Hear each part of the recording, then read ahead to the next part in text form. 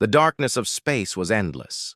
Stars burned far away like cold fires that could not give warmth. In this silent sea, the Zarathian Empire's patrol fleet moved with calm confidence. They had crossed 100 systems, taken 100 worlds. They feared nothing. At the head of the fleet, Admiral Varos Dren sat in his command chair. His eyes were like polished steel, sharp, cold, and without mercy. Around him, his officers read the glowing data on their consoles. The hum of the engines and the soft beeps of scanners were the only sounds inside the bridge. A young lieutenant suddenly frowned. His screen showed a strange pulse. "Admiral," he said carefully, "we are receiving something." Varos did not look up at once. "From where?" The lieutenant swallowed. "Outer Rim, the Sol system." That name brought a small laugh from the weapons officer. "Sol? That's the human system, isn't it? Primitive species. No interstellar fleet. No threat." But the lieutenant's voice stayed serious. "It's not a human broadcast. This is different." The signal was faint, like a whisper carried on a storm. It was old, older than the Empire's oldest records, and it repeated in a strange pattern, as if speaking in a language that no living being could understand. Varos leaned forward. "Amplify. It." The bridge speakers crackled, then filled with a deep rhythmic sound. 3 pulses, then silence. 3 pulses, then silence. It was slow, heavy, almost like the heartbeat of something enormous. A chill passed through the crew. Even the weapons officer stopped smiling. "Source?" Varos asked. The lieutenant hesitated. "Planet Earth." Varos smiled again, but this time it was thin and sharp. "How interesting. A dying animal making strange noises before the kill." Far away, on the small blue world called Earth, night covered the Pacific Ocean. The surface of the water was calm. Stars shone in the sky, and the moon's silver light touched the waves. Deep under the water, hidden beneath layers of steel, concrete, and rock, a forgotten chamber suddenly lit up. Red warning lights began to spin. Screens came alive. Machines that had been silent for decades started humming again. An old man with white hair, Director Mason Hale, sat alone in a control room. He had been the keeper of this place for 40 years, waiting for a day he hoped would never come. But now, the day had arrived. On the largest screen, a line of green text flashed. "Signal detected. Protocol Titan. Initiate." Mason took a deep breath. His hand shook as he pressed the button that would alert the rest of the hidden base. Somewhere far below, in the darkness, something massive began to stir. It was not just a machine. It was more than steel, more than circuits. It had shape and form, but it also had presence. It had been built, or perhaps found, long before humans could dream of spaceflight. And it had been sleeping, until now. Back in space, the Zarathian fleet moved closer to Sol. The planet Neptune passed slowly under them, a cold giant wrapped in clouds. The Empire's ships were enormous, black hulls covered in glowing alien symbols, armed with weapons that could melt cities in seconds. "Scanners show no large fleets," the sensor officer reported. "Earth has a few orbital satellites, a handful of outdated defense stations. Their largest warship is the size of one of our cargo haulers." "Pathetic," Varos said. "Send 3 scout wings ahead. I want to see if these humans have any fight in them." The order was obeyed at once. Small, fast ships detached from the main fleet and sped toward the inner planets. They moved with the arrogance of hunters entering a small animal's nest, but none of them reached Earth. One by one, the scout ships disappeared from the scanners. No distress calls, no explosions, just nothing. The fleet bridge filled with uneasy whispers. Ships did not simply vanish in the void. Even destroyed ships left wreckage. "Admiral," the communications officer said, I am receiving fragments, faint echoes from the scouts before contact was lost. Play them! A distorted voice filled the bridge. It was high with panic. Moving too fast. No lock. Hull breach. What is... Then silence.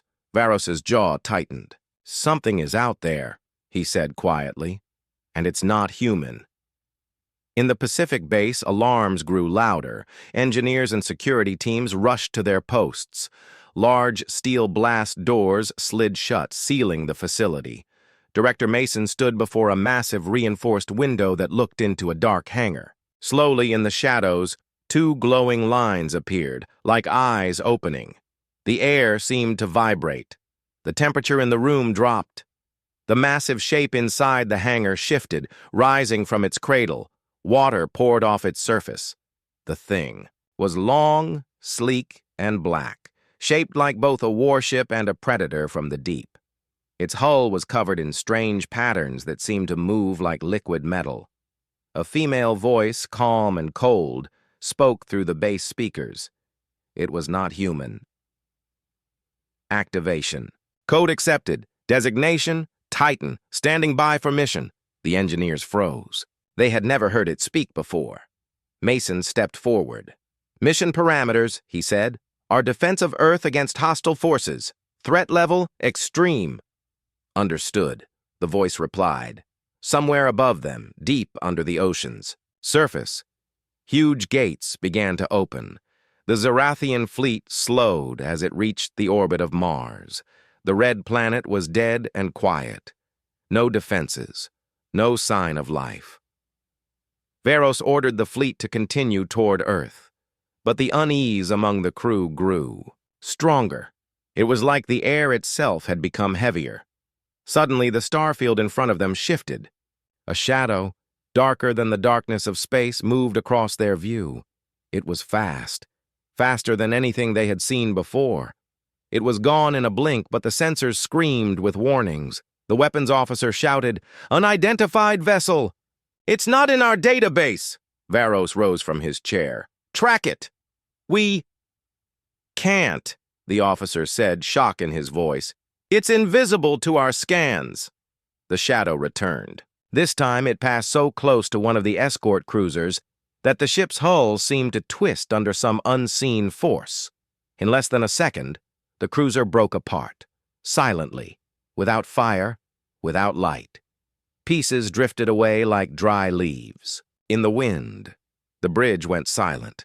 Varos's eyes narrowed. So, this is the game Earth wants to play. Far below the ocean, Titan's engines came to life. They did not roar. They sang, a low, impossible hum that vibrated through steel and bone. The ship lifted from its cradle, rising through the flooded hangar. The water above it churned and boiled as if afraid. In the control room, Mason watched the readings climb. "Power output at 140%, an engineer reported, her voice trembling. "That's impossible." "Nothing about Titan is possible," Mason replied. The black shape broke the surface of the Pacific with a force that sent waves racing toward distant shores. For a moment, it hung in the air, water streaming from its hull, before the anti-gravity drives engaged. Then silently, it rose higher, leaving the ocean far below. On every continent, people looked up at the strange black shadow in the sky. It did not reflect sunlight. It seemed to drink it, to pull the light into itself. In space, Admiral Varos received a new report. "Admiral," the sensor officer said in disbelief, "the unidentified vessel, it's coming directly toward us." "How fast?" The officer's hands shook. "Faster than light should allow, and it's accelerating." Varos gave a single order. "Ready all weapons." But deep inside him, for the first time in many years, he felt something he would not admit to anyone. He felt fear. The black shadow in space slowed its approach. It did not drift like a normal ship. It chose every movement with sharp precision, as if each turn of its hull was part of a deadly calculation. The Zarathian fleet loomed ahead, thousands of warships, arranged in a perfect battle formation. Admiral Varos stood at the center of his bridge, arms behind his back, studying the readings. His mind pushed aside the unease he had felt moments ago. This was still Earth, a weak, young world. The humans had no empire, no allies. The Empire had crushed far greater threats before. He allowed himself a small smile. A single vessel. Against my fleet? Pathetic. The weapons officer grinned with him.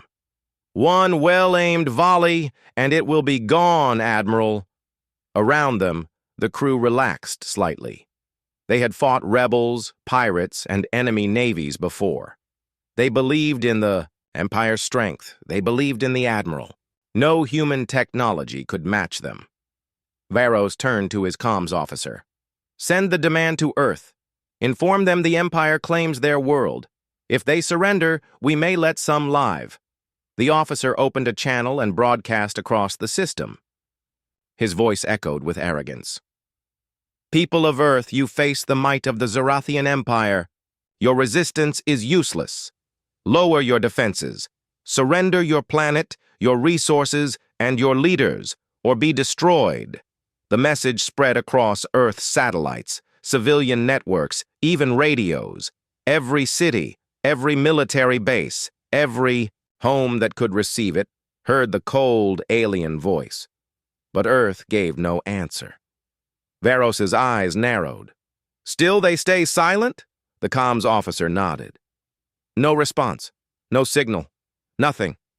The bridge filled with low whispers. Some officers thought it was defiance. Others thought it was fear. But Varos wondered. Could it be something else? He dismissed the thought. Move the fleet closer. We will wait for their courage to break. In the Pacific base, Director Mason Hale watched the incoming feed from space. Titan had cleared the atmosphere now, hanging between Earth and the enemy fleet. It did not respond to the Empire's demands either. Mason's voice was steady, but inside he felt the same fear every Earth leader did. Titan was not like their other weapons. It had not been built by human hands. It had been discovered, deep beneath Antarctica, hidden inside rock older than human history. Even now, scientists could not explain how it worked. The only thing they knew for certain was that when activated, it would defend Earth at all costs, and no one, not even Mason, knew what all costs truly meant. In orbit, the Zarathian fleet advanced.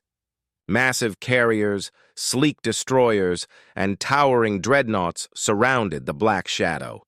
The alien crews prepared their weapons with casual ease. The weapons officer spoke. Admiral, should we strike first? Varos shook his head. No, let the humans fire first if they dare. It will prove to their people that we gave them a chance.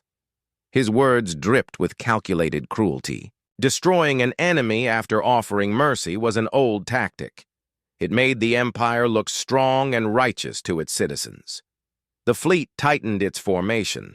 Thousands of gun ports opened, glowing with deadly energy. On the far side, Titan remained, motionless. Its black hull reflected no light, its strange patterns shifting like slow ripples on water. Then a faint pulse echoed through space. 3 beats, then silence. 3 beats, then silence. The same strange signal from before. The crew shifted uncomfortably. Admiral, the sensor officer said, that signal, it's coming from the vessel itself. Varos's jaw tightened. Ignore it. On Earth, Mason heard the same pulse inside the base's speakers. The engineers exchanged worried looks. Director, one asked, what does it mean? Mason didn't answer. He didn't know. But deep inside, he feared it was a warning, not for Earth, but for the fleet above.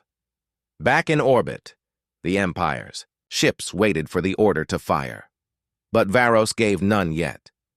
He stood tall, watching the black shape, convinced of his own superiority. This is nothing more than a human trick, he said at last. And I will prove it, he pointed at the tactical display. Send the forward destroyers. Test this. Titan. 3 sleek warships surged ahead, their engines burning bright. They locked their weapons on the shadow and prepared to unleash the full force of their cannons. On the bridge of the Imperial flagship, the crew watched with confidence. After all, what could one ship possibly do against the Empire's fleet? They were about to find out. The 3 Imperial destroyers closed the distance with swift precision. Their hulls glowed with the blue light of charged plasma cannons, each one capable of vaporizing a city in a single shot. The crews moved with cold discipline, certain the battle would be over in moments. From the bridge of his flagship, Admiral, Varos watched the tactical display with calm eyes. "Lock weapons," he ordered. "Locked, Admiral," the forward destroyer's captain confirmed. "Fire." The night above Earth lit up. 3 massive plasma bolts roared toward the black shadow, leaving blazing trails behind them. The weapons officer on the flagship smirked. "Direct hits in 3 seconds." But they never hit. The moment the bolts reached Titan, they vanished. Not exploded, not deflected. Simply gone, swallowed, as if space itself had eaten them. The BA. Sensors registered nothing. No heat, no debris, not even a ripple. On the Imperial bridge, voices rose in confusion. "Admiral, our shots just disappeared." Varos's smile faded. "Again, fire everything." The destroyers unleashed a second volley, then a third. The result was the same, total absorption.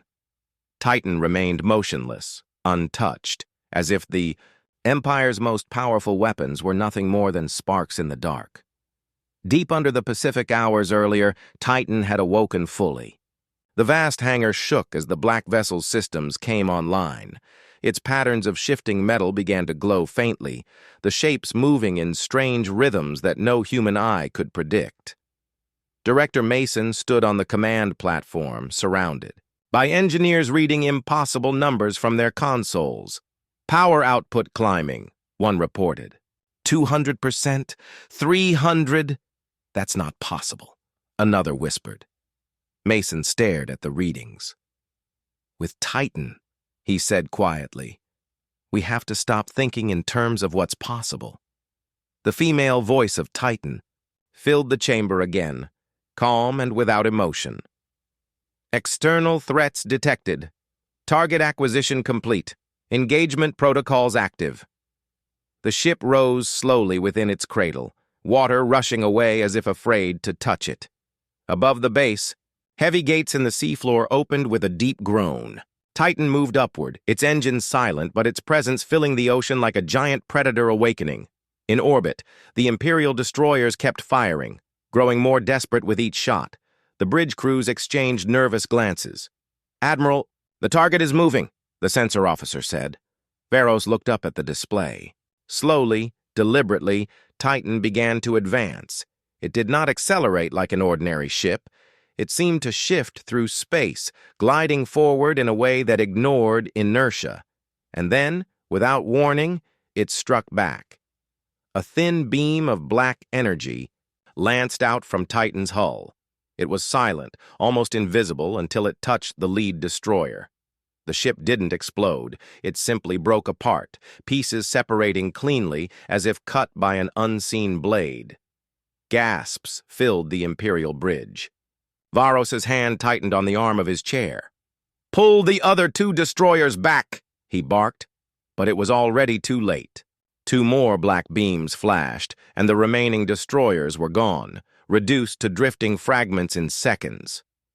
In the Pacific base, Mason watched the feed with grim eyes.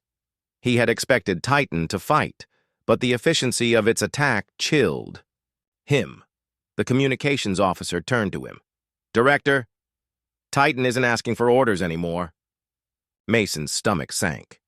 "What do you mean?" "She's acting on her own."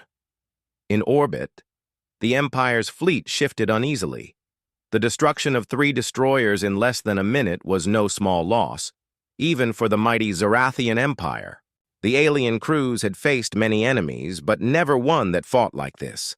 Silent, precise, and completely untouchable. Admiral Varos stood slowly. His voice was low, but every officer on the bridge heard it. "Signal the dreadnoughts. It's time we end this."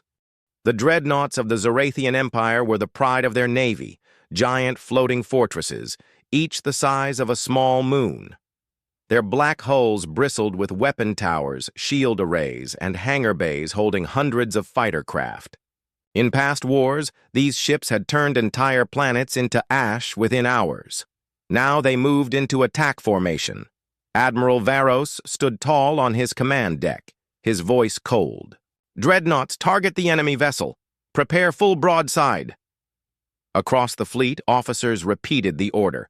Cannons charged, their glow bright enough to be seen from Earth's surface. The space between the fleets seemed to hum with deadly anticipation. Titan hovered in silence. Its black hull shimmered with faint, shifting patterns, like ripples across deep water.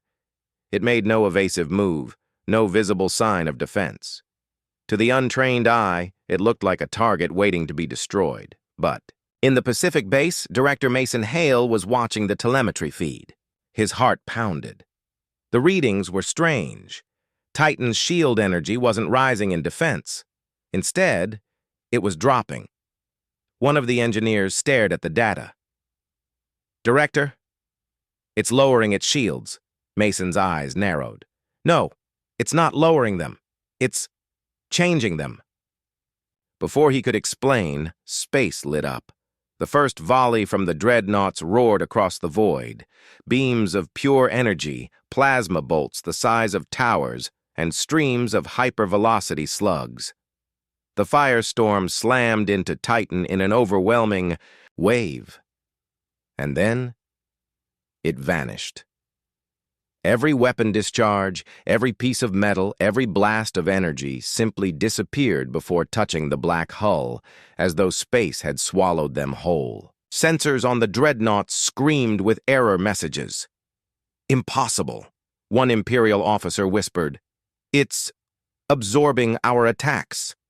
Titan moved. It did not surge forward with speed. It simply appeared closer, as though the distance between it and the dreadnoughts had been erased. Without warning, parts of its hull unfolded, revealing rows of strange, glowing shapes that were neither cannons nor missiles. Black light poured out in thin, razor-like beams. The beams cut through space itself, bending unnaturally, turning angles. No normal weapon could. They struck the lead dreadnought, slicing across its armored hull like paper. The ship shuddered, its massive frame cracking apart before erupting in silent fire. The destruction was not loud. It was almost quiet, but that quiet carried more terror than the loudest explosion. On Varos's bridge, chaos erupted.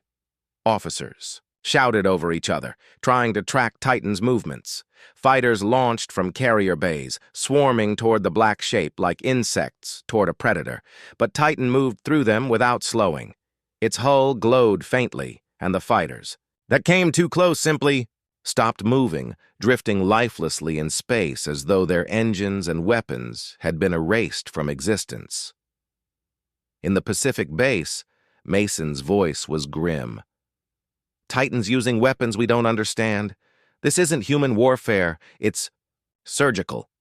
It's like it's removing pieces of the enemy from reality itself." An engineer turned, her face pale. "Director, if it can do that to their ships, it can do it to ours too." Mason didn't answer. He kept watching the screen. Silently praying Titan's definition of enemy didn't suddenly change. In orbit, one dreadnought tried to retreat.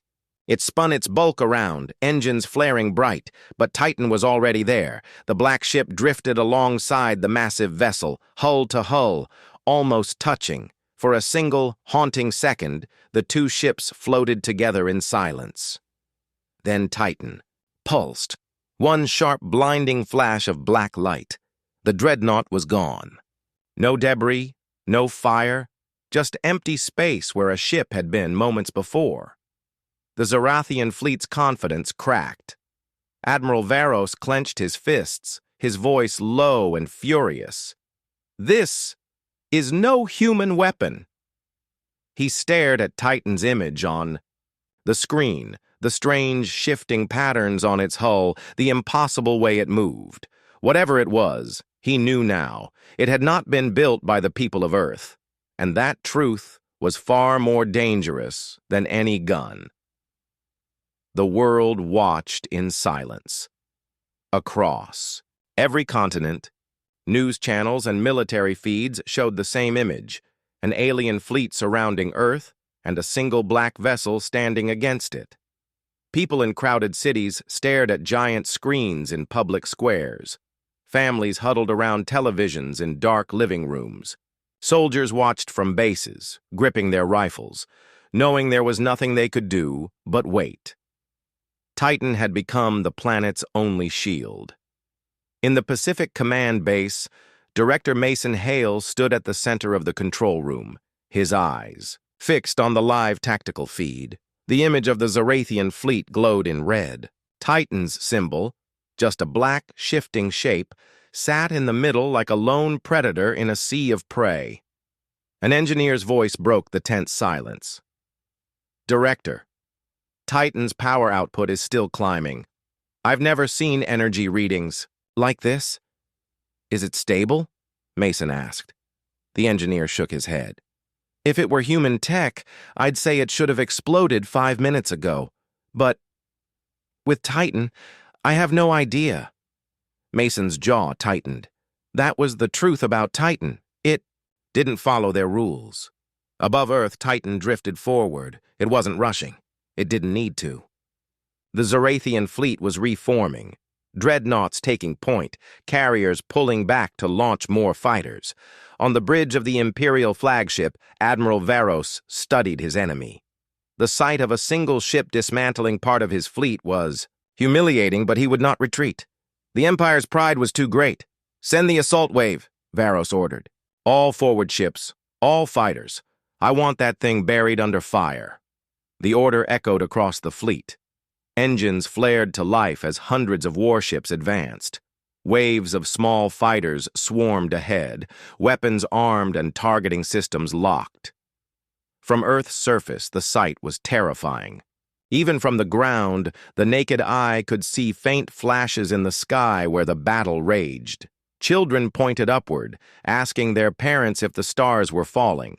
Some prayed, others simply watched, unable to look away. In a mountain bunker.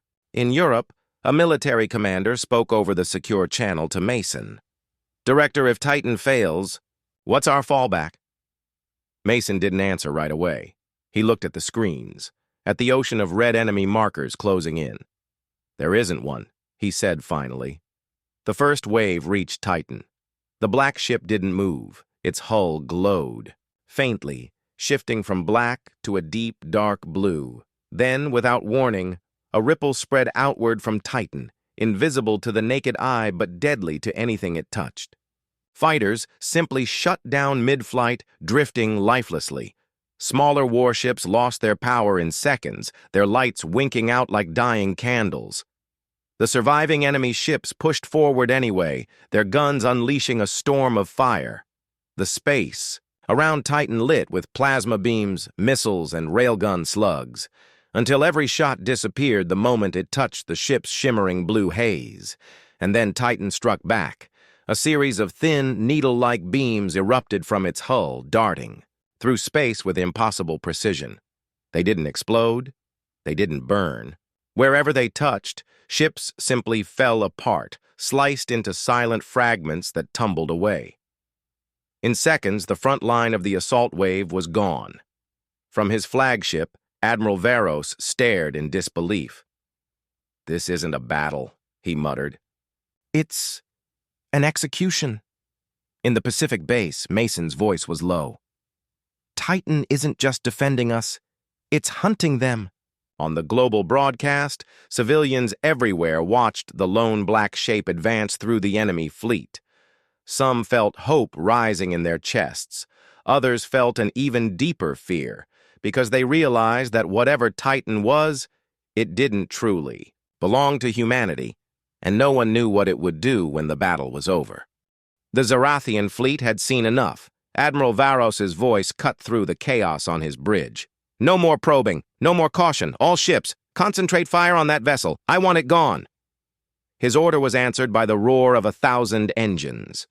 Every remaining warship turned toward Titan, weapon systems locking in perfect unison. Energy levels spiked across the fleet. The darkness of space filled with the glow of charging cannons and missile bays. This time, they weren't holding back. On Earth, the Pacific base watched the incoming readings with grim focus. "They're going to hit Titan with everything," an analyst reported, her voice tight. "If their weapons can't break through now, they never will." Director Mason's gaze didn't move from the central display. He knew Titan could defend itself. The real question was, what would Titan do next? Above Earth, the first wave of fire began. Hundreds of plasma beams burned through the void, blinding in their brightness. Swarms of missiles streaked toward the black shape, guided by advanced targeting systems. Railgun slugs, chunks of super-dense metal traveling faster than sound, shot forward like invisible death. They all hit at once, and just like before, none of it mattered. Every blast, every projectile vanished on contact with Titan's shimmering hull. The space around the ship seemed to bend, swallowing the enemy fire before it could do any damage. Then Titan moved. It began with a deep, resonant hum, a sound that vibrated through the hulls of every ship nearby. Even on Earth, people watching, the live feed could feel the low, shaking tone through their speakers, like the distant growl of a storm. Panels on Titan's hull unfolded, revealing a single, massive energy channel. Blue light pulsed through it, shifting to white, then to a deep, impossible black. The hum grew louder, sharper, until it became a tone so pure it almost felt like silence. In the Pacific base, Mason leaned forward. "What is it doing?" An engineer's voice cracked. "It's charging something. I don't know what. But the energy levels are, Director, they're off every scale we have." Then, without warning, Titan fired. A single beam, thin, almost delicate in appearance, shot forward. It didn't glow. It didn't blaze. It simply was, cutting across the blackness like a perfect line drawn through the stars. It touched the nearest enemy cruiser. The ship split apart instantly, its two halves drifting away as if nothing connected them anymore. The beam didn't stop. It passed through the next ship, and the next, and the next. In the span of 3 seconds, 5 massive warships were gone. Silence fell across the Imperial bridge. Even Admiral Varos didn't speak. The fleet had been reduced by a single, casual shot.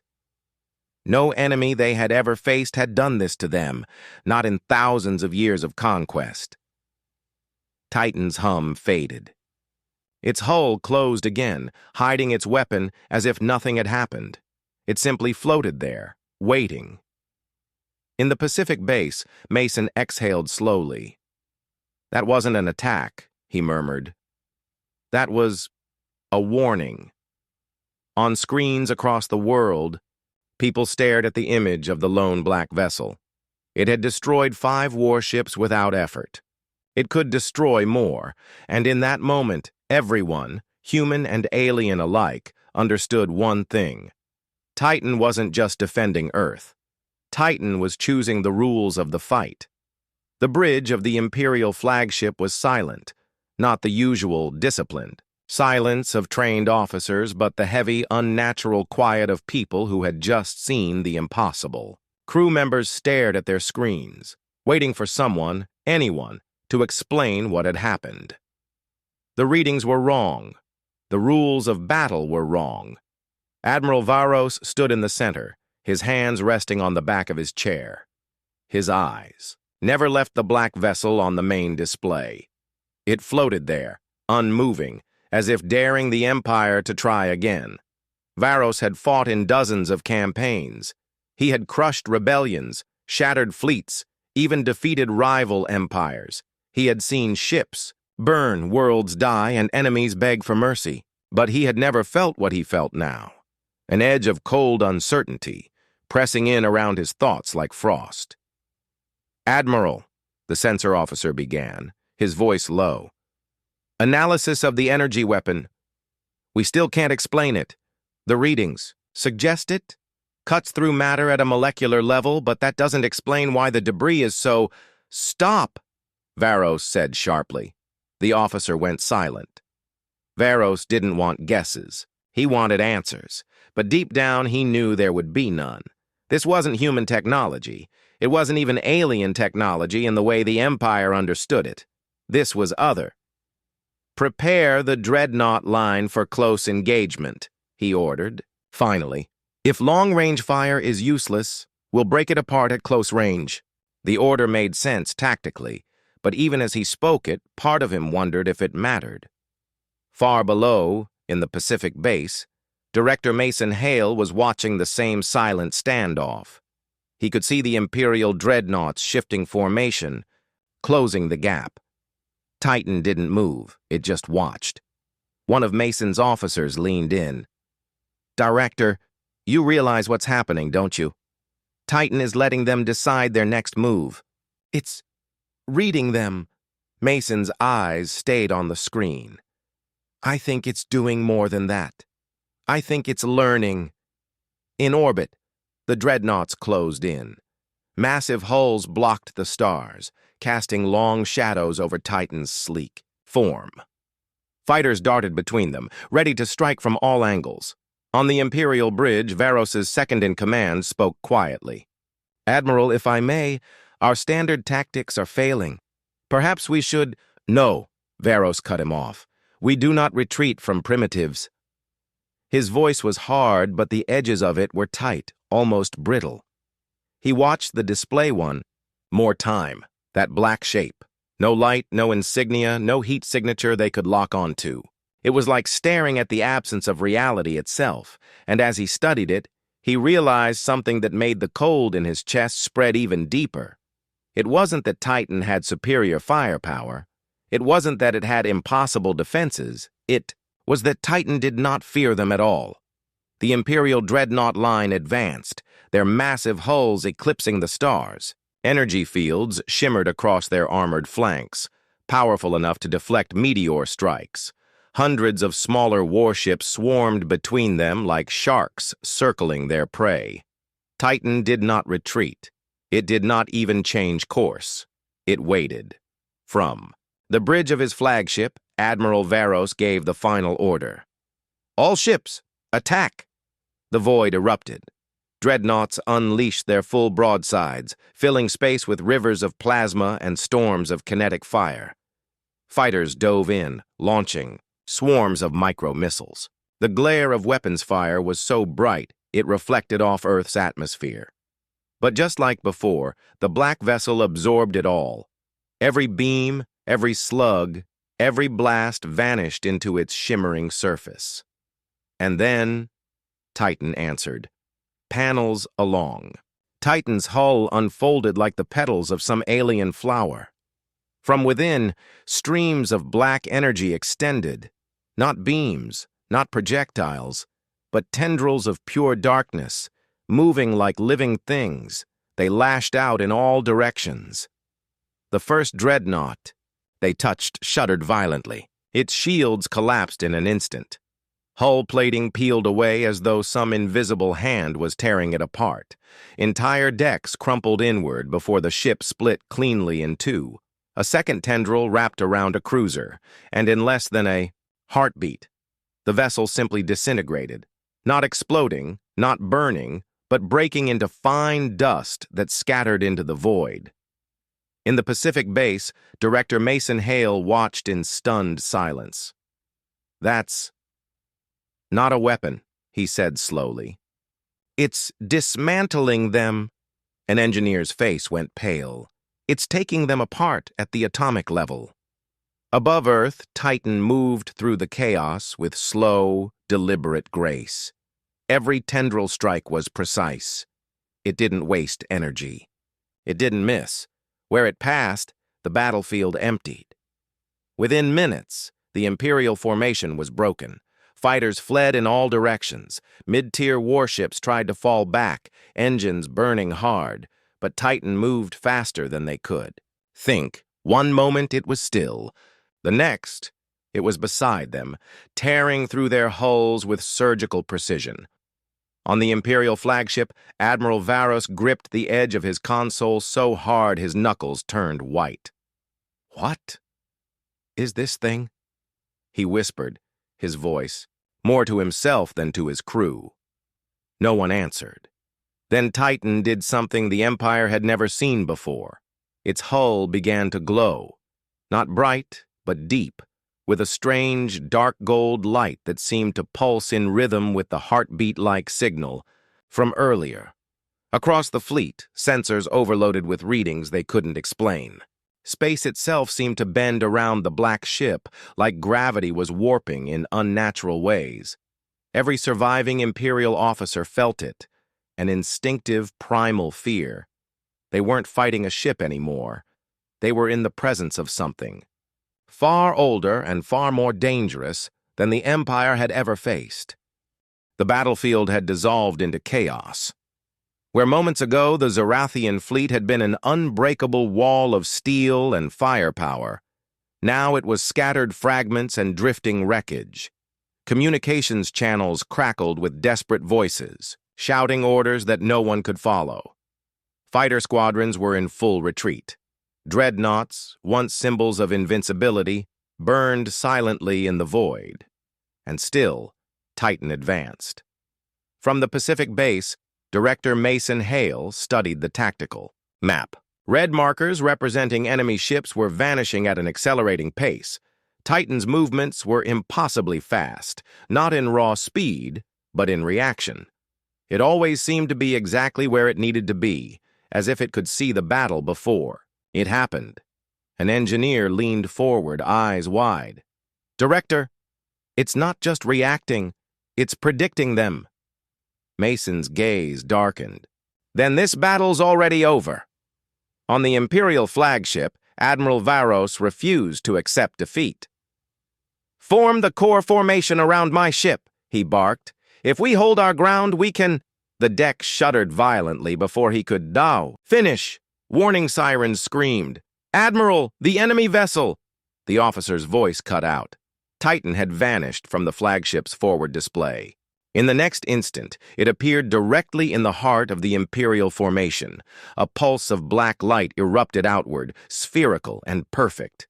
There was no explosion, no shockwave, only silence. But as the pulse expanded, every Zarathian ship it touched froze in place. Engines died. Weapons shut down. Power systems went dark. For 10 full seconds, the Empire's ships were nothing more than cold, drifting husks. And 10 seconds was all Titan needed. The black vessel moved like a predator among sleeping prey. Each pass was surgical. One tendril to slice a hull, one beam to sever a bridge, one ripple of energy to erase a ship entirely. When the pulse effect faded, half the fleet was already gone. Panic filled the remaining ships. Some tried to flee. Others fired blindly, desperate for any hit, but Titan was already moving between them, untouchable. On the Imperial bridge, Varos stood frozen, watching his proud fleet die in silence. "This," he said slowly, "is not war." His voice was empty now, drained of its earlier arrogance. "This is extermination." From Earth's surface, people saw the change. The flashes in the night sky had slowed, but the red glows of destruction kept appearing, each one marking another enemy vessel gone. And for the first time, a wave of hope began to ripple through the planet. If Titan could do this, maybe Earth could win. In the Pacific base, Mason Hale didn't share that hope. His eyes stayed fixed on the black vessel. He had seen enough to know the truth. Titan wasn't fighting for victory. Titan was demonstrating. The last of the Imperial cruisers broke formation, fleeing into the cold dark beyond Earth's orbit. Wreckage drifted where a mighty fleet had once stood, silent and lifeless. Titan did not pursue. It simply stopped. From the Pacific base, Director Mason Hale leaned back in his chair, exhaling slowly. "It's over," one of his officers whispered. Mason didn't answer. His eyes stayed locked on the black vessel. It hovered above Earth like a watchful sentinel, silent and unmoving. For the first time since it had revealed itself, Mason noticed the strange patterns of light running faintly along its hull, lines and symbols, not random, but deliberate. "Director," a voice called from the analysis team, "we've been going over the archives. We found something." Mason's head turned sharply. "Show me." The display shifted to a grainy image, decades old, from deep within a restricted research archive. It showed a massive hangar half-collapsed, buried, under ice in Antarctica. In the center of that hangar sat something unmistakable, the black, seamless form of Titan. But this was no alien invasion. The image was dated 47 years ago. "Impossible," Mason muttered. "It's the same ship," the analyst said. "Same hull structure, same dimensions.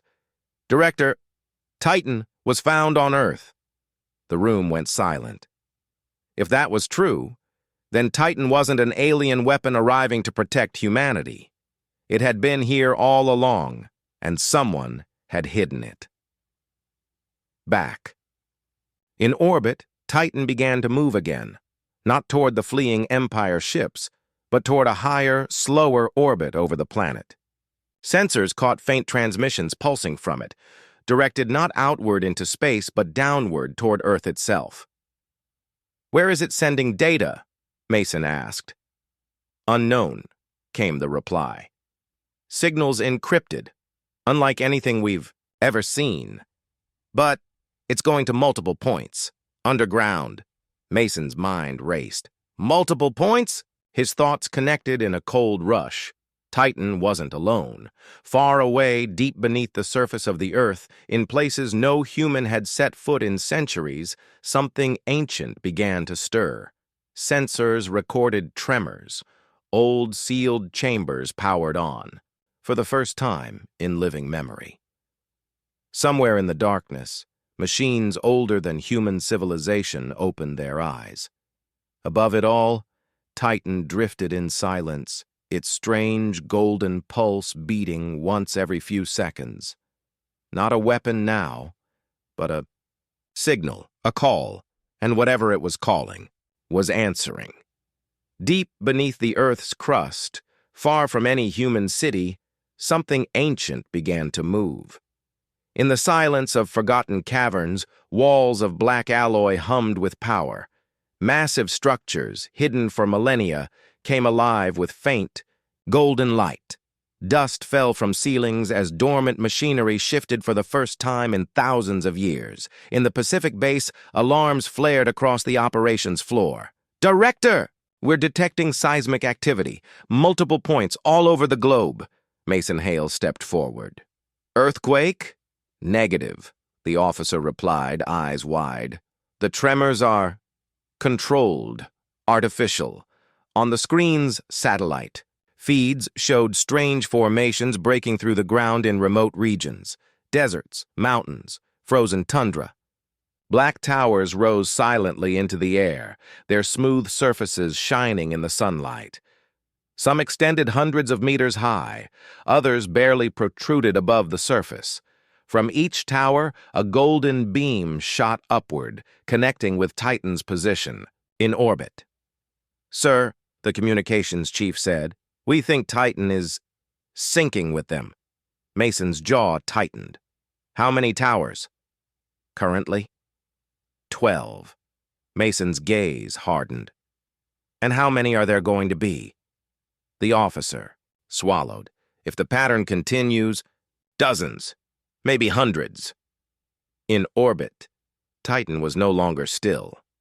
Its hull shimmered as the golden lines across its surface brightened, matching the beams from the towers.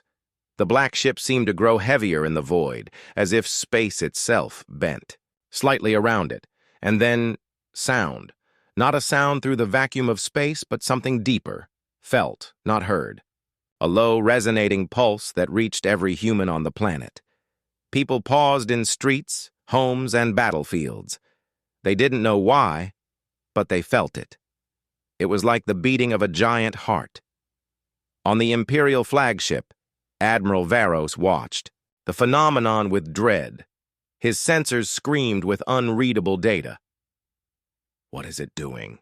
his science officer whispered. Varos didn't answer. He knew. Whatever this was, it wasn't just a weapon anymore. It was the start of something much larger, something that had been waiting silently for the right moment.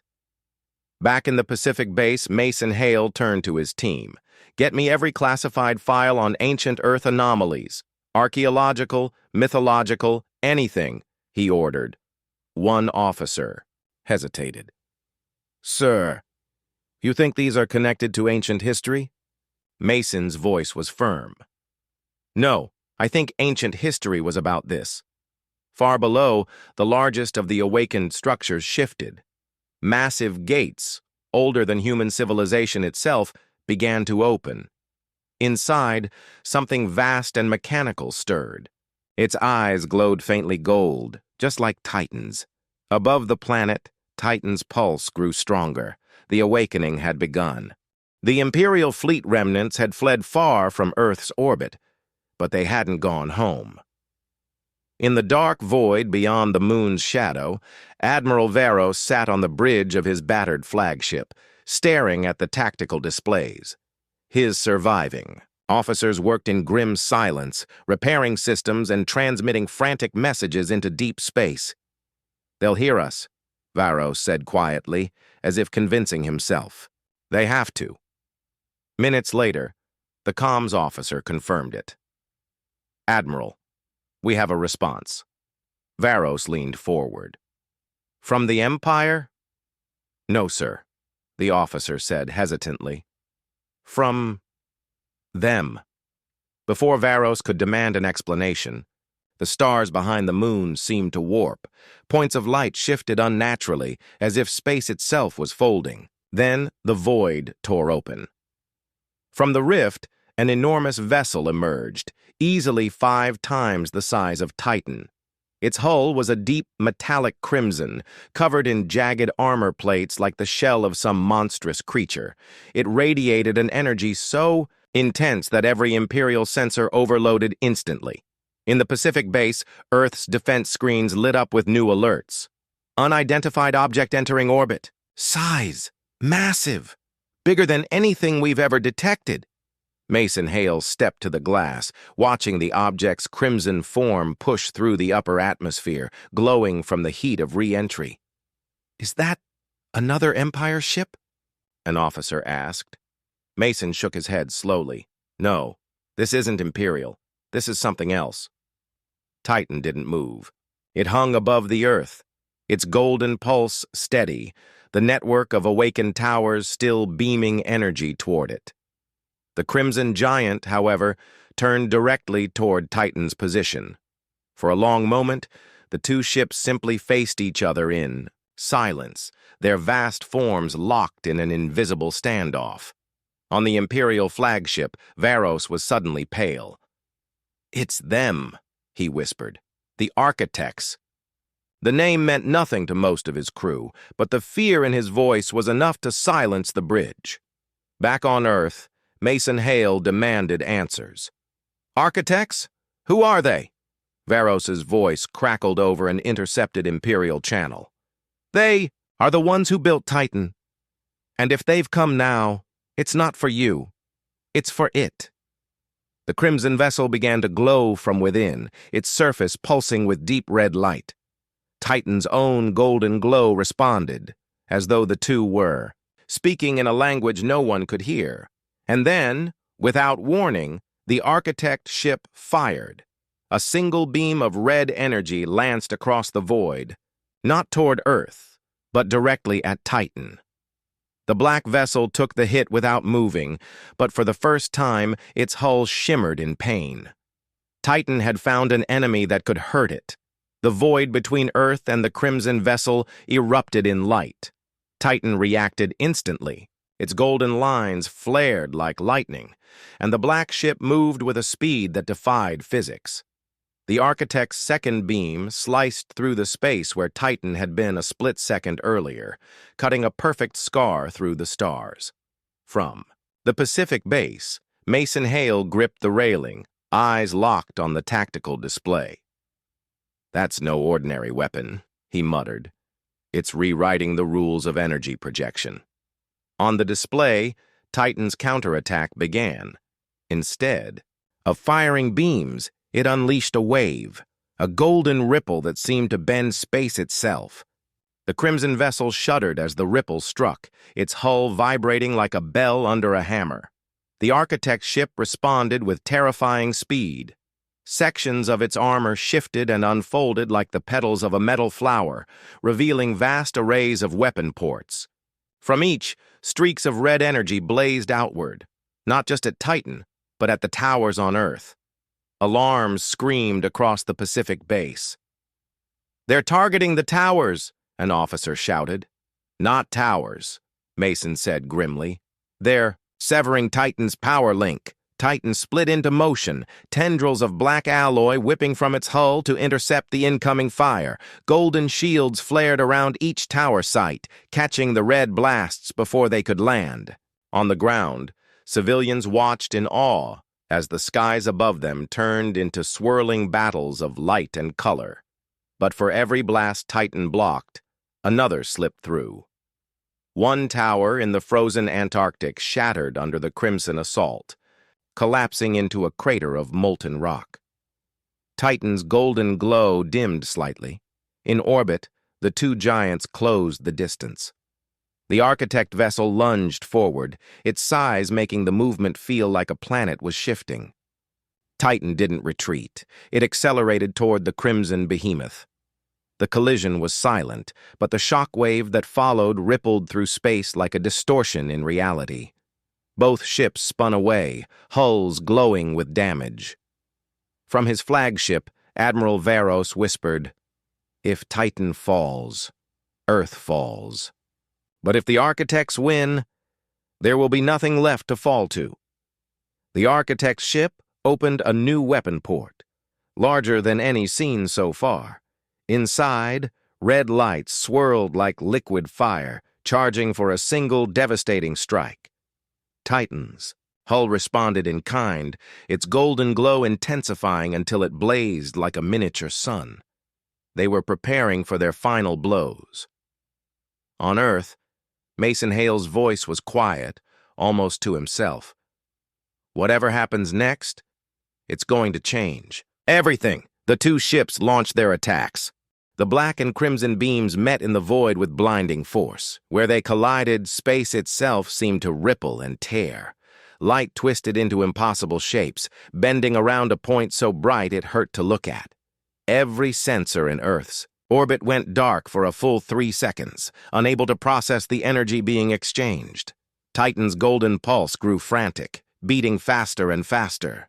The architect's crimson glow intensified until it bled across the stars like liquid fire. Neither vessel gave ground. The battle was no longer just about power. It was about survival. Then something unexpected happened. Titan's golden glow suddenly dimmed. Its movement slowed, almost like it was faltering. On the Pacific base's control screens, warning data poured in. "Director! Titan's energy levels are collapsing." Mason Hale stared at the readings. "No, it's not collapsing." His voice dropped to a whisper. "It's transferring." In the instant the architect vessel prepared its killing strike, Titan shifted strategy. Instead of fighting back directly, it released a massive wave of energy, not at the enemy, but at the planet below. The golden pulse swept across the Earth in every direction. For a brief, impossible moment, every human on Earth saw the same vision.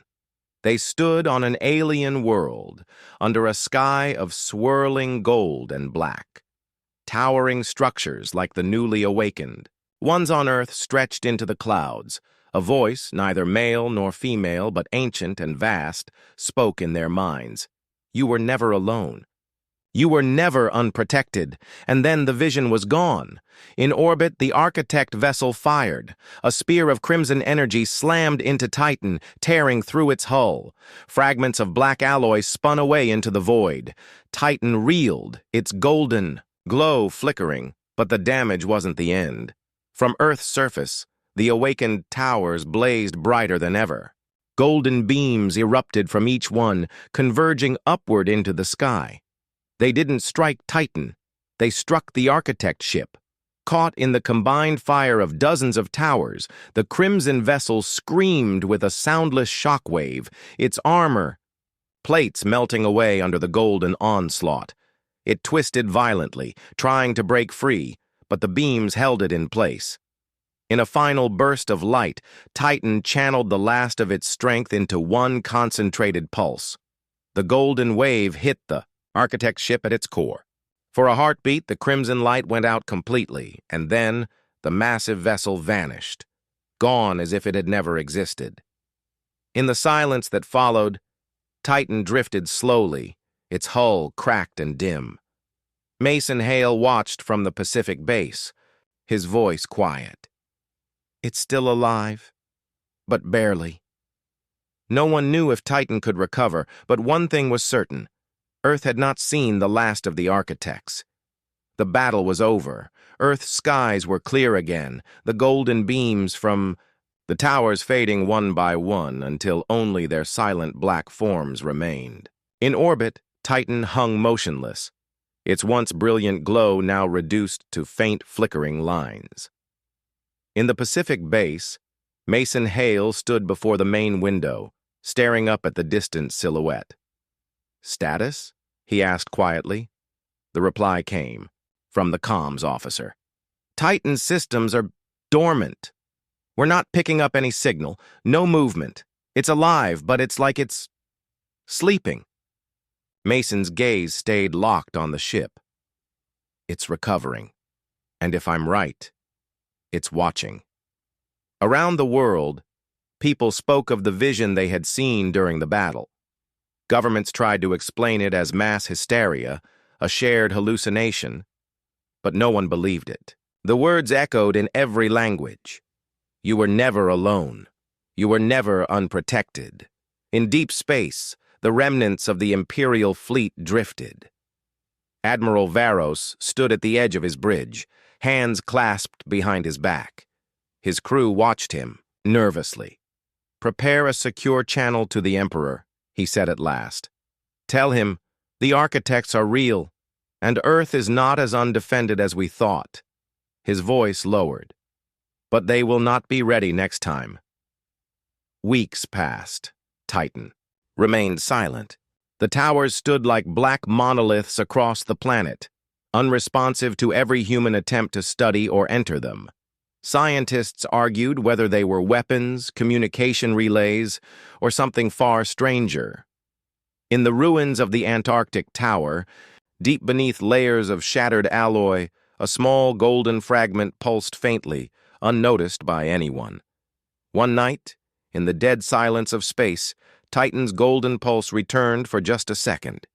It sent a single signal into the void, far beyond the reach of any Earth technology. Somewhere in the endless dark, a reply came. Mason Hale didn't know about the signal yet. He didn't know what it meant or who had answered.